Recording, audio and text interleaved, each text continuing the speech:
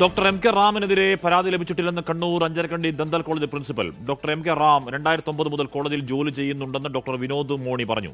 അധ്യാപികയുടെ നമ്പറിലേക്ക് ലോൺ ആപ്പിൽ നിന്നും തുടർച്ചയായ സന്ദേശങ്ങളും കോളും വന്നു.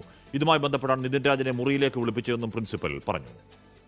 മാഡത്തിൻ്റെ പരാതിയുണ്ട്. മാഡം വ്യക്തമായ പരാതി തന്നിരിക്കുന്നത്, അതിൻ്റെ പ്രൂഫ് എല്ലാം നമ്മൾ കൊടുത്തിട്ടുണ്ട്. അത് സൈബർ സെല്ലിനും അറിയാം.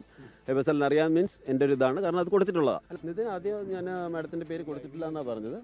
പിന്നെ നമ്മൾ ചോദിച്ചപ്പോഴേ മാഡത്തിൻ്റെ 3 പേരുടെ റെഫറൻസ് നമ്പറാണ് കൊടുത്തതെന്ന് പറഞ്ഞു. അച്ഛൻ്റെതും അമ്മയുടേതും സഹോദരിയുടേതും. പേര് ചോദിച്ചപ്പോഴാണ് അച്ഛൻ്റെ പേര് അമ്മയുടെ പേര് ലത എന്ന് പറഞ്ഞു. അപ്പം മാഡത്തിൻ്റെ പേര് ലതയാണ്.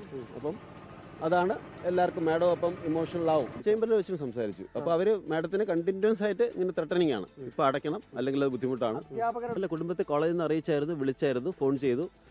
ഈ ഇൻസിഡൻസ് നടന്നപ്പോൾ കാഷ്വാലിറ്റിയിൽ നിന്ന് തന്നെ ഫോൺ ചെയ്തിട്ടുണ്ട്. അതെ അതെ അതെ, ഫോൺ ഏൽപ്പിച്ചിട്ടാണ്.